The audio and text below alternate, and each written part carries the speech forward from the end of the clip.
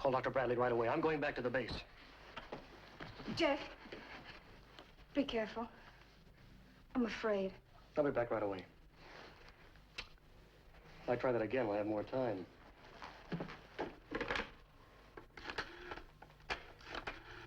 But the thing's fantastic. You can't shut down a whole atomic power plant on such a wild theory. Well, you can't deny the facts, sir. Griselle, the Adams couple, the mayor, they all died a few minutes after the peak of our radar test, right after our atomic plant was operating under full power. But it'll take months to get the plant operating again. Well, it's better than risking any more lives or madmen like Gibbons. Okay. Let's put it on ice. How soon will you be ready, Pete? We'll shut her down in 5 minutes. The rods are all smashed. What happened? I don't know. We just found them all broken. We'll never be able to shut her down now. What about spares? You know how we put this place together, Jeff. We've no extras of anything. Well, there must be some way of controlling the reaction. Well, the rods, we don't stand a chance. The nearest supply would be at the Hanford Works in the Columbia River. How soon can we get a shipment flown in here? 4 to 6 hours if you phone right now. Get me the Hanford Works on the Columbia River right away. Well, Doc, how is he? Oh, there's no question. It's another attack a little more serious than the last. He'll be all right. Oh, sure. See, he gets plenty of rest. Call me if there's any change. For goodness sake, get somebody out here to stay with you. Jeff, Major Cummings said he'll be back soon. Jeff? Major Cummings? Mm-hmm. Obviously, those rods were destroyed. How and for what reason, we don't know. But we do know that we're in trouble up here. Serious trouble. Hello. Yes, put her through. It's for you, Jeff. Barbara Griselle. Thank you. Hello, Barbara. Okay, good. We'll be right over. Right, bye. Walgate's regained consciousness. I think we better get over there right away, sir. Right. Al, we better get some sidearms. Check. Casper, get hold of Dr. Bradley and Melville right away. Have them meet us at Walgate's house. I shall feel better after I've told you everything. Maybe you can help me to clear up this ghastly business. But no matter what you do to me, remember those horrible deaths were beyond my control. Go on, Professor. For many years now, I have been working on a theory of thought materialization. The entire apparatus to give it the required boost is in my laboratory. Laboratory? Didn't know you had one. There were many things you didn't know, my child. If you had, you'd never have come here again. You can see it later. I knew I could never succeed on the principles of telepathy. I needed to stimulate my brain to the extent that I could detach thought from my conscious to give it a separate entity of its own. I concentrated on the simplest experiment, to turn the page of a book. I designed an instrument to create a sudden and powerful electrical boost to help me free my thought. But each application of the electric charge created a shock almost equal to electrocution. It made me ill. Dr. Bradley diagnosed exhaustion. He thought my illness was caused by overwork in getting my papers ready for publication. He introduced me to Barbara Griselle. With Barbara as my secretary, I was able to satisfy my publisher and continue my experiments to materialize thought. For a long time, I persisted in this one experiment without success, until one night.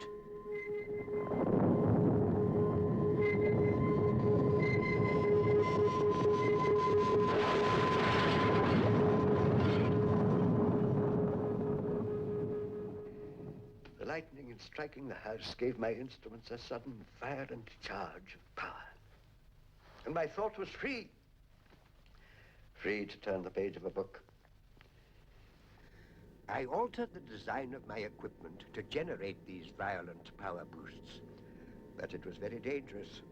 and I could only undergo each experiment after a long period of rest. Whenever I felt well enough to absorb the shock, I found no difficulty in moving small objects. Eventually, I developed a certain tolerance to the high voltages I used. But what I really needed for regular experiments was a new form of power. Something that was smoother, something that would flow through my brain without causing collapse. The new atomic plant at the air base provided me with this power.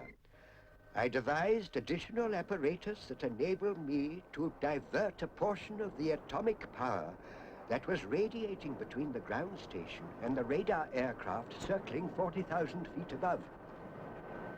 It was power which I could control, and I learned how to amplify my thoughts without hurting myself. I was able to detach my thoughts and allow them to work on their own. I began to devise a being into which the thought, once released, could enter and preserve itself for all humanity. I envisaged something akin to the human brain, with life and mobility, but without the limitations of man's body. I concentrated my entire thought on its creation. I succeeded, but like thought itself, it was invisible.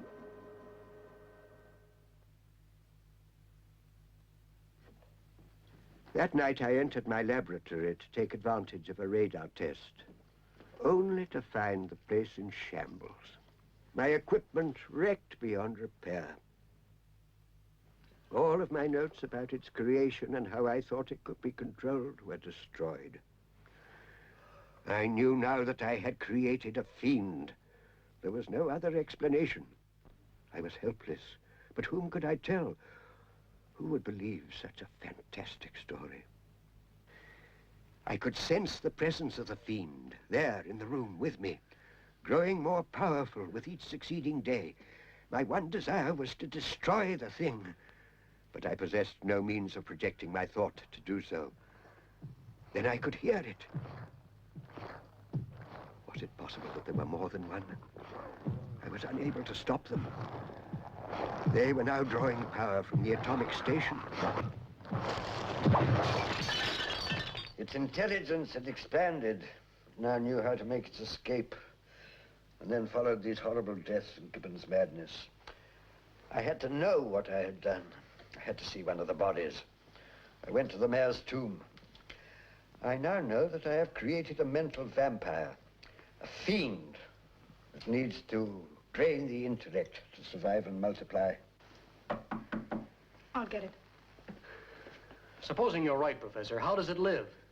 How else but in the brains and nerve centers removed from these dead people? Then where are they and why can't we see them? This is nonsense. We're facing a new form of life that nobody understands. I believe it feeds on the radiation from your atomic plant, and that it's evil. Professor, it's my opinion that the evil's all in your mind. You're in need of medical assistance. Ah, Doctor, I'm glad to see you're here. This man's become a raving lunatic. Hey, what's going on out there? Hey, look!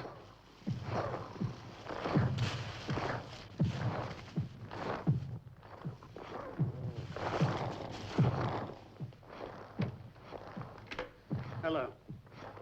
Hello!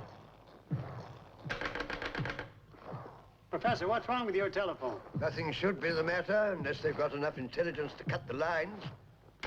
Jeff, I want you to get over to the air base. I want emergency patrols.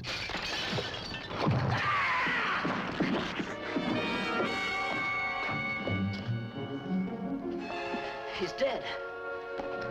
Al, give me a hand with this. Hey, quick, barricade that window. Professor, have you got anything we can nail across that window? There's some lumber in my laboratory. I've got to get out of this. Pull yourself together and help me with this.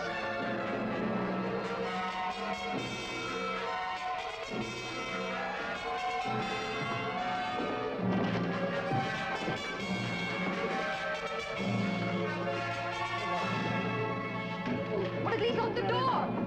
Oh, never mind.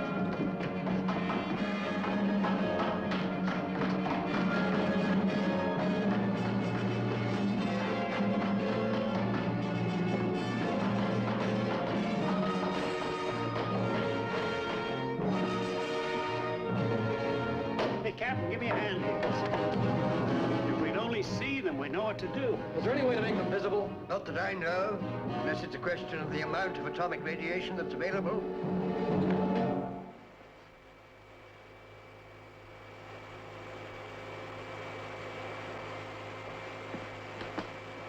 Hello. Hello, Casper? Casper, I want to talk to the Colonel. Hello? Hello, Casper, are you there? Hello? Hello?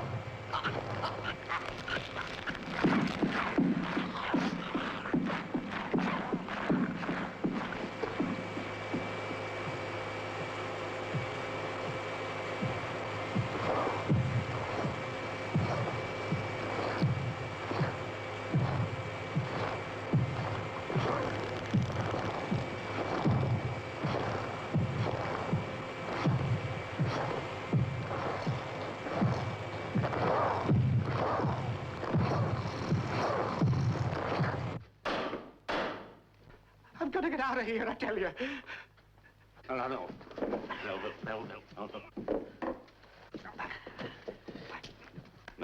Melville, get a grip on yourself. Get a hold of yourself.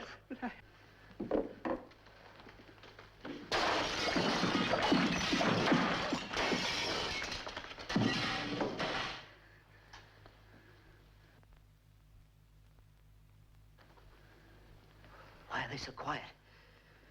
Maybe they're going to leave us alone. I doubt it. But they've just put out a burst of energy. Perhaps they need to rest. Colonel Butler. Yes? How long does it take to shut down your atomic plant? Why? If my theory is right, then without the radiation of which I was speaking, these things must die. Good grief.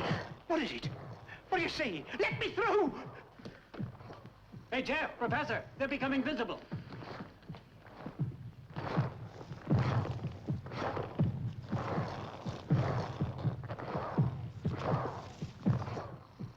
Someone or something must have increased the power of the atomic plant. What have I unleashed? Ghastly, it's horrible. Oh, you can say that again. It all ties up with what Dr. Warren explained to us, sir. Look carefully.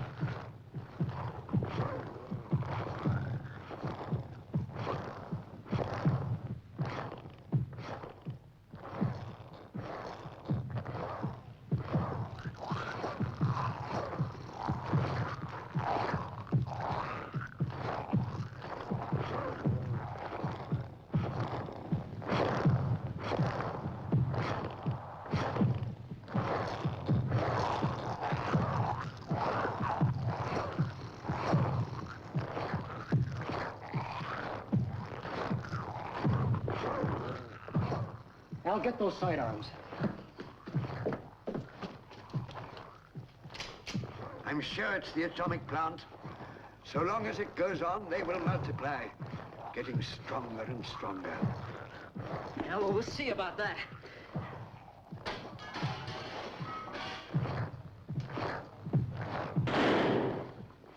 Well, anyway, they're mortal.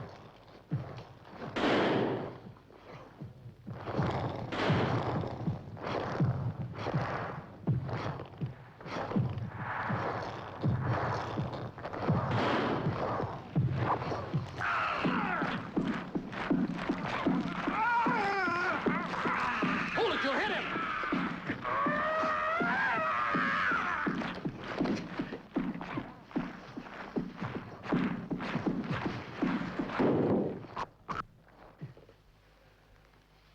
He's dead. We've got to stop him. There's only one way, shut down your atomic plant. Unless we shut off the radiation, we'll all be destroyed, and heaven knows how many others. Well, sir, there's a dynamite shed between here and the plant. If I can get through, I can blow up the control room. Well, if that's the way it's got to be. I'm afraid it is. Jeff? Must it be you, Jeff? Yeah, I know the control room layout. They don't. Be careful, Jeff, please. Yeah, and be sure and lock this door. He can't go alone. He won't last a minute amongst those fiends. It's too late, Professor. Anyway, somebody had to get through. Then cover him as he leaves the house. And shoot straight, don't waste a shot. You see him? No, not yet.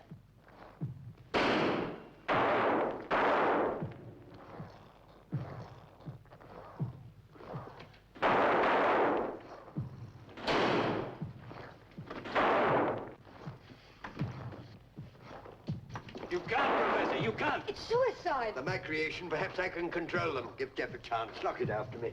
No.